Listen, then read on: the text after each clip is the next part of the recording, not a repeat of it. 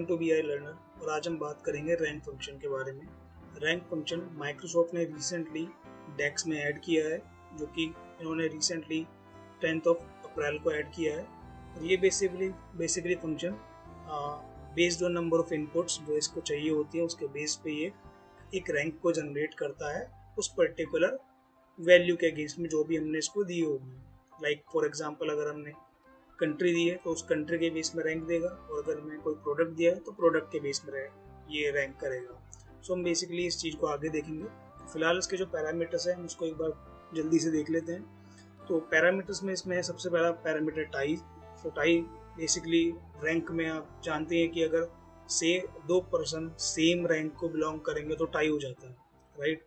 सो ये बेसिकली उसी को इंडिकेट कर रहा है। तो यहाँ पे 2 ऑप्शन है, या तो हम डेंस का यूज़ कर सकते हैं, फिर स्किप कर सकते हैं। सो अगर हम इसमें इन दोनों में से कोई भी वैल्यू नहीं देते हैं तो ये बाय डिफ़ॉल्ट स्किप करता है, राइट।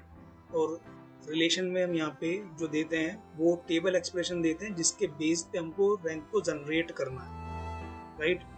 और अब जैसे कि यहाँ पे नंबर ऑफ चीज़ें देख सकते हैं कि डिफ़ॉल्ट वैल्यू जो होती है वो ऑल सिलेक्टेड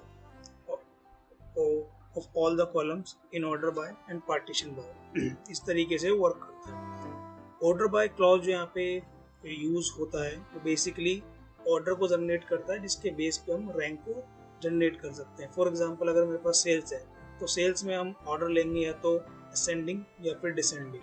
सेम उसी तरीके से वर्क करता है जैसा कि हम MS SQL में लाइक यूज करते हैं, SQL में यूज करते हैं रैंक रॉ नंबर को, रैंक को, डेंस रैंक को, इस तरीके से। ब्लैंक आपका ऑप्शनल है, आप इसको यूज़ करना चाहें तो आप कर सकते हैं।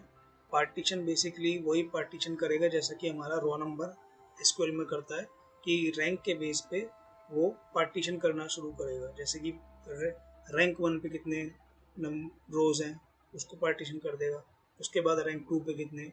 ऑल दो कि यहाँ पे अगर हम इस वाले पैरामीटर्स को यूज़ करते हैं तो यहाँ पे हमारे टाई होने के चांसेस नहीं होते अगर हम डेंस का यूज़ करते हैं, और अगर हम स्किप करते हैं तो फिर यहाँ पे टाई के होने चांसेस पॉसिबल है। तो चलिए अब हम देखते हैं कि इसको हम पावर BI में कैसे यूज़ कर सकते हैं। तो अब हम यहाँ पे देखते हैं कि हम रैंक फंक्शन कैसे यूज़ करते हैं। उससे पहले मैं आपको दिखा देता हूँ कि यहाँ पे मेरे पास एक सेल्स का डेटा है। यहाँ पे देख सकते हैं आप सेगमेंट वाइज, कंट्री वाइज, और ये सेल्स का एक डेटा है जिसमें प्रोडक्ट वाइज मेरे पास डेटा है। आप देख सकते हैं sales, cost of goods, profit और डिस्काउंट और ग्रॉस सेल्स है। तो इस पर्टिकुलर रिकॉर्ड्स में हम कैसे रैंक फंक्शन का यूज़ कर सकते हैं। तो यहाँ पे मेरे पास ये सारी कैटेगरीज हैं जैसा कि आप देख सकते हैं, सेगमेंट, कंट्री, प्रोडक्ट, डिस्काउंट, और इसके अलावा मेरे पास डेट भी है और मंथ है जो कि बेसिकली डेट से ही निकली है। तो मैं यहाँ पे रैंक फंक्शन का यूज़ करता हूँ। मैं बेसिकली यहाँ पे प्रोडक्ट का यूज़ करता हूँ पहले, उसके बाद देखते हैं हम किसी और फंक्शन, किसी और कैटेगरी को भी यूज़ करके देख सकते हैं। तो मैं यहाँ पे एक मेजर लिखता हूँ, सेल्स पे मैं अप्लाई करता हूँ इसे फॉर टाइम बिंग। तो मैं टोटल सेल्स यहाँ पे लिखता हूँ और सेल्स। मैं यहाँ पे एक टेबल जनरेट कर लेता हूँ ताकि हम यहाँ पे अपना आउटपुट को भी देख सकें। तो यहाँ पे मैं प्रोडक्ट को ले लेता हूँ, वो प्रोडक्ट के साथ मैं सेल्स को यूज़ कर लेता हूँ। तो सेल्स मेरे पास यहाँ पे आ गई। मैं इसका एक बार ऑर्डर चेंज कर लेता हूँ। तो ऑर्डर में बेसिकली मेरे पास रेशियो जो प्रोडक्ट है वो सबसे ज़्यादा सोल्ड हुआ है, इसकी सेल्स हुई है, उसके बाद VTT है, फिर वेलो है, फिर एमआरएल है, and then so on so forth. तो इसमें हम रैंक फंक्शन को कैसे यूज़ कर सकते हैं इसमें देखते हैं। तो रैंक फंक्शन में यहाँ पे लिखता हूँ। तो रैंक फंक्शन में जैसे कि मैंने आपको बताया था कि पहला जो इनपुट हमें देना होता है वो टाइस का देना होता है। तो अगर मैं यहाँ पे कुछ भी नहीं देता हूँ तो ये by default skip he use करेगा। तो मैं यहाँ पे बिना कोई फंक्शन दिए यहाँ पे मैं सेकंड फंक्शन पे यहाँ पे आता हूँ, और प्रोडक्ट जो मैंने टेबल में लिया हुआ है जैसा आपको दिख रहा होगा यहाँ पे, इसको मैं यहाँ पे लिखता हूँ। उसके बाद मैं यहाँ पे लिखता हूँ ऑर्डर बाय, और ऑर्डर बाय में मुझे चाहिए यहाँ पे टोटल सेल्स। बट अब ये सेल्स मुझे चाहिए वो डिसेंडिंग या असेंडिंग में चाहिए, जैसे कि मैंने आपको बताया था कि ऑर्डर बाय यहाँ पे चलता है इस तरीके से। और उसके बाद मैं इसको क्लोज कर देता हूँ।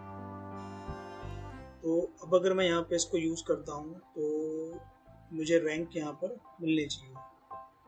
तो जैसे कि आप देख सकते हैं कि पेसियो नाम का प्रोडक्ट जो है वो सबसे ज़्यादा बिका है, तो इसलिए रैंक यहाँ पे 1 है। तो अब मैं यहाँ पे एक बार क्या करता हूँ कि मैं यहाँ पे डेंस का यूज़ करके देखता हूँ। हालांकि इससे कोई इम्पैक्ट पड़ना नहीं चाहिए क्योंकि यहाँ पे मेरा कोई भी रिकॉर्ड ऐसा नहीं है जो टाई हो रहा है, राइट। तो अब मैं यहाँ पे क्या करता हूँ कि मैं यहाँ पे कंट्री भी ऐड कर देता हूँ। तो अगर मैं यहाँ पे कंट्री ऐड करता हूँ तो क्या इम्पैक्ट होता है। तो कंट्री के केस में यहाँ पे अगर आप देखो तो मैक्सिको है,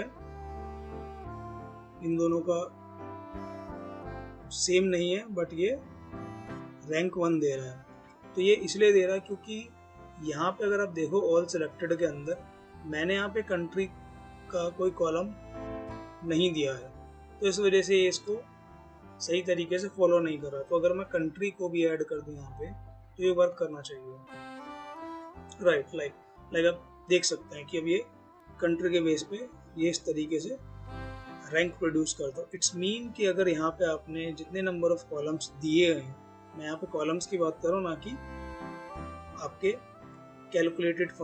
कैलकुलेशन की, लाइक जो भी अमाउंट आप कैलकुलेट कर रहे हैं, तो जितने नंबर ऑफ कॉलम्स आपने अपने टेबल्स में दिए उतने ही कॉलम्स आपको यहाँ पे ऑल सिलेक्टेड में as a inner function inner calculation में देने होंगे।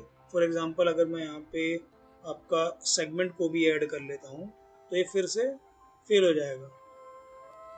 अगर आप देखो तो ये इसलिए हो रहा है क्योंकि मैंने यहाँ पे इस रैंक फंक्शन के अंदर सेगमेंट को नहीं दिया है। अब अगर मैं सेगमेंट भी देता हूँ तो आप देखेंगे कि इस पर्टिकुलर रो में चेंजेस होंगे। मैं जैसे एंटर करता हूँ तो लाइक आप देख सकते हैं कि यहाँ पे ये changes based on segment, country and product, अब ये रैंकिंग मुझे मिल रही है। सो इस तरीके से हम रैंक फंक्शन को यूज कर सकते हैं पावर बीआई में। और अगर यहाँ पे कहीं टाई की सिचुएशन होती है तो उसके लिए हम डेंस का यूज कर सकते हैं। तो यहाँ पे फिलहाल मेरे पास ऐसी कोई सिचुएशन नहीं थी कि जहाँ पे मेरा कोई अमाउंट जो है वो टाई हो रहा हो। सो दैट इज वाई कि यहाँ पे आपको रिफ्लेक्ट नहीं हो रहा होगा कि डेंस का कोई यहाँ पे इम्पैक्ट है या नहीं है। बट सर्टेनली अगर आपके पास कोई ऐसी सिचुएशन है जहाँ पे आपकी रिकॉर्ड्स जो है टाई हो रहे हैं तो डेफिनेटली यहाँ पे डेंस जो है आपको हेल्प करेगा। सो इस वीडियो में फिलहाल इतना ही, मिलते हैं आपसे नेक्स्ट वीडियो में। Thank you.